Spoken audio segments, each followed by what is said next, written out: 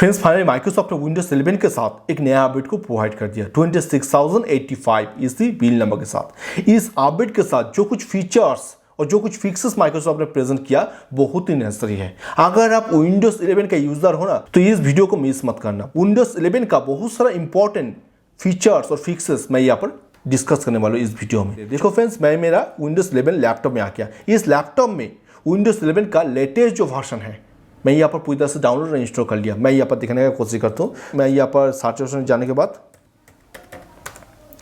आप यहाँ पर अच्छे से देख सकते हो इस लैपटॉप में विंडोज 11 का कौन सा वर्जन चल रहा है, विंडोज 11 और वर्जन 24H2। उसके साथ साथ इसका जो बिल नंबर माइक्रोसॉफ्ट ने प्रेजेंट किया रिसेंटली 26085, इसके साथ बहुत सारा कुछ इंपॉर्टेंट फिक्सेस और फीचर्स माइक्रोसॉफ्ट ने प्रेजेंट किया। चलो मैं एक एक करके बोलने का कोशिश करता हूँ। ऑडियो दो तरह का होता है, क्लासिक ऑडियो और एक होता है एलई ऑडियो, हाई लेवल ऑडियो के लिए। एलई ऑडियो में ALC3 को देखने को मिलेगा। इसके साथ साथ इसका जो क्लियरिटी है वो अच्छी से सबको सुनाई देगा। 2-3 लोगों के साथ आप बात अच्छे से कर सकते हो। अगर आप ब्रॉडकास्ट करते हो, आपको सुनना होता है सबका कमेंट सेपरेट करके, तो एलई ऑडियो को पूरी तरह से एक्सेस आप विंडोज 11 के साथ कर सकते हो। अगर आपके पास रिसेंटली 13 14 जनरेशन के साथ कोई लैपटॉप डेस्कटॉप है ना, तो आप एलई ऑडियो को विंडोज 11 के साथ पूरी तरह से एक्सेस कर सकते हो। वहां पर ब्लूटूथ जो डिवाइस है ऑटोमेटिकली आपको विंडोज 11 डिवाइस के साथ अटैच हो जाएगा। तो चलो मैं यहाँ पर दिखाता हूँ कहाँ पर आपको मिल जाएगा। आपको विंडोज 11 पीसी में सेटिंग में जाना होगा फर्स्ट, और सेटिंग में जाने के बाद यहाँ पर आप देखो एक्सेसिबिलिटी जो फीचर्स है यहाँ पर चले जाओ, और एक्सेसिबिलिटी जाने के बाद यहाँ पर आप थोड़ा सा नीचे चले जाओ। देखो यहाँ पर हियरिंग एड्स करके एक फीचर्स पूरी तरह से आ गया। यहाँ पर क्लिक कर लो, और क्लिक करने के साथ साथ यहाँ पर देखो दिखाई दे रहा है your PC does not support Bluetooth LE audio hearing device. सब क्लासिक ऑडियो को मेरा जो लैपटॉप है सपोर्ट करता है, क्योंकि ये 11 जनरेशन के साथ ये लैपटॉप है, तो सिर्फ यहाँ पर क्लासिक डिवाइस को ये सपोर्ट करता है। अगर यहाँ पर 13 और 14 जनरेशन के साथ कोई लैपटॉप होता ना, तो यहाँ पर एलई ऑडियो को पूरी तरह से सपोर्ट करता है। एलई ऑडियो का जो डिवाइस है, जो हेडफोन है, वो आप पूरी तरह से ब्लूटूथ जरिए यहाँ पर आपको विंडोज 11 के साथ एक्सेस कर सकते हो। एप्पल का जो हेडफोन है, इस हेडफोन में आपको एलई ऑडियो पूरी तरह से मिल जाता है। तो इसीलिए एप्पल का जो वायरलेस ब्लूटूथ हेडफोन है, इसका प्राइस इतना ज़्यादा है। इसका जो sound capacity, noise cancellation next level, पूरी तरह से नेक्स्ट लेवल होता है। अगर आप कोई कॉस्टली ब्लूटूथ हेडफोन लेते हो ना, तो वहां पर जो साउंड क्वालिटी होता है ALC3 एलई ऑडियो होता है। ये था फर्स्ट इंप्रूवमेंट। इसके साथ साथ नेक्स्ट जो इंप्रूवमेंट माइक्रोसॉफ्ट ने विंडोज 11 के साथ प्रोवाइड किया 26052, इसी बिल नंबर के साथ माइक्रोसॉफ्ट ने विंडोज 11 पे पॉइंटर इंडिकेटर करके एक फीचर्स को पूरी तरह से अप्लाई किया था लो विजन विंडोज यूजर के लिए। अगर आपका विजन बहुत ही लो है तो आप यहाँ पर ये फीचर्स को यूज कर सकते हो। इस फीचर्स लेके मैं ऑलरेडी वीडियो प्रेजेंट कर दिया था कि कैसे करके ये फीचर्स को आप पूरी तरह से ऑन कर सकते हो। देखो यहाँ पर ये वीडियो अच्छे से देखो। मैं सेटिंग में चला गया, उसके साथ साथ देखो यहाँ पर जो एक्सेसिबिलिटी है, तो यहाँ पर मैं चला गया। उसके साथ साथ माउस पॉइंटर एंड टच यहाँ पर मैं क्लिक किया।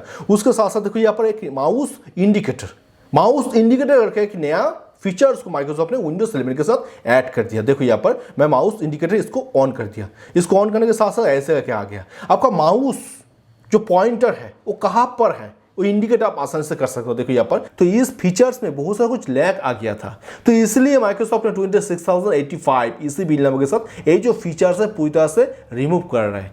बाद में इस फीचर्स को पूरी तरह से इंप्रूव करने के बाद ये फीचर्स को फिर से माइक्रोसॉफ्ट ने विंडोज 11 के साथ अप्लाई कर देगा। और नेक्स्ट है तो इंपॉर्टेंट फिक्सेस लेके माइक्रोसॉफ्ट ने इतना दिन विंडोज 11 के साथ बहुत सारा कुछ फीचर्स को प्रोवाइड किया। इसके साथ साथ एक बग आ रहा था विंडोज 11 के साथ। मेरा पीसी को जब शटडाउन में कर दिया था, उस टाइम ऑटोमेटिकली वो रीस्टार्ट हो रहा था मेरा पीसी। मैं ऑलरेडी वीडियो प्रेजेंट करके ये बोला था। देखो यहाँ पर ये वीडियो यहाँ पर शटडाउन कर देता हूँ। देखो यहाँ पर ये है शटडाउन, आप अच्छे से देख सकते हो। शटडाउन में कर दिया। उसके साथ साथ देखो यहाँ पर पीसी कैसा करके प्रेजेंट होगा। मैं यहाँ पर दिखाने का कोशिश करता हूँ। देखिए पीसी शटडाउन कर दिया, मगर फिर भी यहाँ पर ये जो लाइट है, यहाँ पर लाइट चल रहा है।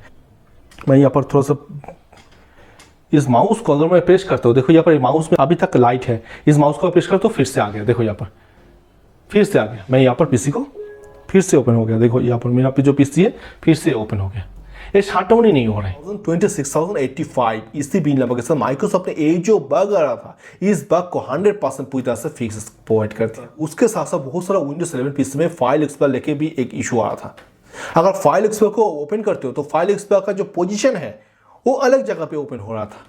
तो ये इशू को पूरी तरह से फिक्स किया माइक्रोसॉफ्ट ने यहाँ पर देने के साथ साथ। और नेक्स्ट बहुत ही इंपॉर्टेंट है, मैं खुद इस इशू को फेस कर रहा था। देखो यहाँ पर मैं दिखाने की कोशिश करता हूँ। कोई फोल्डर को मैं ओपन कर रहा था, यहाँ पर ऐसे करके आ रहा था, यहाँ पर बहुत सारा आइकॉन ऑटोमेटिकली दिखाई दे रहा था, बहुत सारा दिक्कत हो रहा था। देखो यहाँ पर आइकॉन ये छोटा करके ऐसे करके दिखाई दे रहा था, लिखा राइटिंग के ऊपर बहुत सारा दिक्कत आ रहा था इस इशू लेके। तो अभी यहाँ पर ये इशू पूरी तरह से फिक्स कर दिया, अभी यहाँ पर ये दिक्कत नहीं आ रहा है। और नेक्स्ट बहुत ही इंपॉर्टेंट है, विंडोज का एक फीचर है GDI ऑब्जेक्ट लेके। विंडोज में 3 ऑब्जेक्ट होता है, एक होता है यूजर ऑब्जेक्ट, उसके साथ साथ नेक्स्ट होता है कर्नल ऑब्जेक्ट, और नेक्स्ट नंबर 3 होता है GDI ऑब्जेक्ट।